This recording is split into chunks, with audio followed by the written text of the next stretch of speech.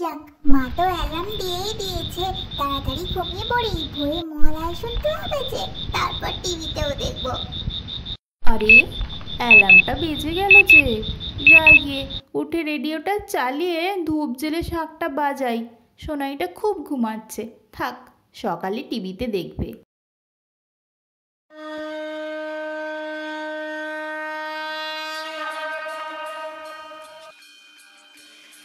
এ বাবা, মহালয়া তো শেষ হয়ে গেল, আমাকে ডাকলে না কেন? তুমি বুঝি অ্যালার্মটা বন্ধ করে দিয়েছিলে? ওই ভালো লাগে না। আরে না না, শেষ হবে কেন? এই তো শুরু হলো। আয় বস দেখি আমার পাশে।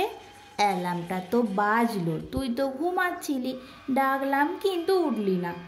আচ্ছা মা, বাবা কবে বাড়ি আসবে?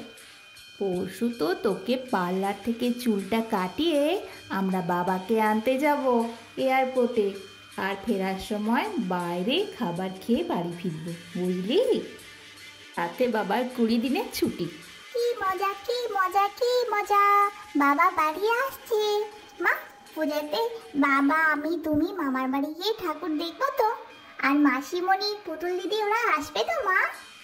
হ্যাঁ রে বাবা, হ্যাঁ, সবাই আসবে, তাই তো বলছি। পুজোর ছুটির পড়াশোনাগুলো সব শেষ করে নিয়ে তারপরেই মামার বাড়ি যাব। একদম ষষ্ঠী থেকে দশমী পর্যন্ত পড়াশোনার পুরো ছুটি। মা, আমার তো খুব মজা হচ্ছে শুনে। কি মজা, কি মজা! ঢ্যাং কুরকুর, ঢ্যাং কুরকুর, কুরুরু কুরুরু তাক। আয় রে ছুটে আয়, পুজোর গন্ধ এসেছে। ঢ্যাং কুরকুর, বাতি বেজেছে। কাছে শিউলি ফুটেছে, কালো ভোমরা জুটেছে।